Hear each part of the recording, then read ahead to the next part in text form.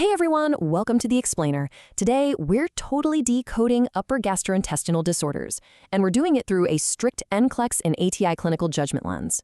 Because if you're gearing up for your nursing boards, you already know the digestive system isn't just basic anatomy. It's about spotting life-threatening complications, protecting your patient's nutrition, preventing aspiration, and, above all, prioritizing safety. So grab your notes, get dialed in, and let's master this whole thing together.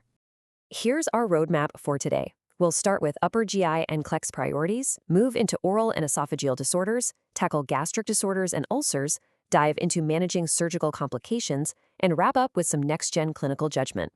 All right, Section 1, upper GI, NCLEX priorities. Moving right along to Section 2, oral and esophageal disorders. Okay, so when we're dealing with the upper digestive tract, the absolute biggest NCLEX buzzword you need flashing in your brain is aspiration risk.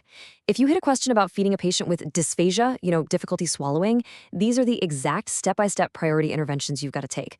First off, always see the patient upright with their head tilted slightly forward, not backward. Tucking the chin actually helps prevent choking. You've got to pace the feeding, right? Make sure they've actually swallowed the previous bite. And this is crucial, especially for stroke patients. You literally must check the affected side of the mouth for pocketed food. It sounds like basic care, but it is highly testable because it directly protects the airway. Now take a look at these surgical approaches to esophageal cancer. Pay special attention to the esophagogastrostomy and the colon interposition. You see where the remaining esophagus is reattached to the stomach or a piece of the colon? Well, those connection points are called anastomosis sites, and your post-op patients are at a massive risk for fluid leaking out of those exact sites right into the chest cavity. It's a severe complication. If your post-op patient suddenly spikes a fever or their heart rate or breathing rate shoots up, you've got to suspect a leak and report it immediately. Moving on down to hiatal hernias. Take a really close look at the visual difference here. You've got a sliding hernia where the junction literally slides up into the thoracic cavity when the patient lies down. But then check out the paresophageal or rolling hernia. This brilliantly illustrates exactly why a rolling hernia is a straight-up medical emergency. The junction stays put, but a part of the stomach actually rolls up through the diaphragm. That herniated tissue can get totally strangled, trapped, and completely cut off from blood flow, leading to severe ischemia. So I want you to imagine this classic clinical scenario. A patient describes this really painful burning sensation rising from their lower sternum up to their throat. It happens right after meals, and it gets significantly worse the second they lie flat. What condition are we talking about here? Yep, this points directly to gastroesophageal reflux disease, or GERD. But listen, recognizing the cues is only step one. Knowing exactly how to teach your patient is where you actually earn your points. The real priority here is teaching these highly testable lifestyle modifications. Patients with GERD or hiatal hernias need to stick to small, frequent meals and dodge known irritants. We're talking fatty foods, caffeine, and alcohol, because those decrease lower esophageal sphincter pressure. But the absolute gold standard intervention? Elevate the head of the bed 6 to 12 inches. People often use wooden blocks under the bed legs for this. We want gravity doing the heavy lifting to prevent nighttime acid reflux. And absolutely no eating 2 to 3 hours before hitting the pillow. Section 3, gastric disorders and ulcers. We're shifting gears now to conditions where the stomach's mucosal barrier just breaks down. And this is heavily driven by two main culprits, the H. pylori bacteria and popping NSAID pain relievers too often. The NCLEX absolutely loves to test your ability to tell these two main types of ulcers apart, so lock this in. Gastric ulcers typically cause a burning pain high in the epigastric area about 1 to 2 hours after eating, and the pain usually gets worse with food. Duodenal ulcers, on the flip side, and these are way more common, by the way, cause pain 2 to 4 hours after a meal, and eating or taking antacids actually makes it feel better. Remember the rule of thumb? Gastric hurts with food, duodenal feels better with food.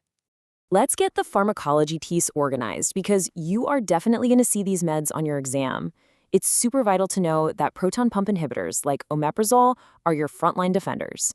They allow the ulcer to heal by just blocking acid production altogether. But check out the nursing implication for antacids like Tums or Malox. You can't just hand those out whenever. They need to be strategically timed 1 to 3 hours after meals and right at bedtime. Why? Because they can mess up the absorption of other medications. Timing is literally everything. Section 4, managing surgical complications. Okay. This is where your clinical judgment actually saves lives. If your patient with a history of peptic ulcer disease suddenly develops this incredibly sharp, spreading abdominal pain, and their stomach feels totally rigid and board-like to the touch, They've got peritonitis from a perforation. Gastric contents are literally leaking into the peritoneal cavity. This is an absolute drop-everything medical emergency. You've got to notify the provider instantly, make sure that patient is strictly NPO, nothing by mouth, and prep them for emergency surgery. A rigid, board-like abdomen is one of the biggest red flags in all of nursing. Do not ignore it. Here's another massive select all that applied trigger for you: dumping syndrome. This happens after gastric surgery when a huge volume of food and fluid just rapidly dumps straight into the small intestine. It's intense. The patient gets these terrifying cardiovascular and GI symptoms. We're talking flushing, sweating, a racing heart, and bad abdominal cramping, sometimes just 10 to 20 minutes after eating. And then later on, they get super shaky and anxious because their blood sugar suddenly tanks. Your priority interventions for dumping syndrome are all about the diet. You've got to teach them to eat a low-carb, high-protein diet in much smaller portions. But here are the two big takeaways.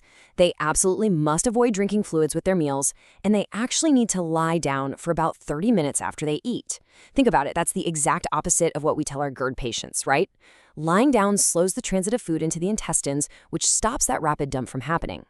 And of course, always remember your ABCs: airway, breathing, circulation. If a patient is hemorrhaging internally from a bleeding ulcer or a fresh surgical site, sure, they might vomit blood or have those dark, tarry stools, but your very first vital sign clues: a spiking heart rate, tachycardia, followed by dropping blood pressure and looking really pale. That tachycardia is the body's alarm bell. It's compensating, desperately trying to maintain cardiac output before crashing into full hypovolemic shock. You have to catch it early. Section 5. Next-Gen Clinical Judgment.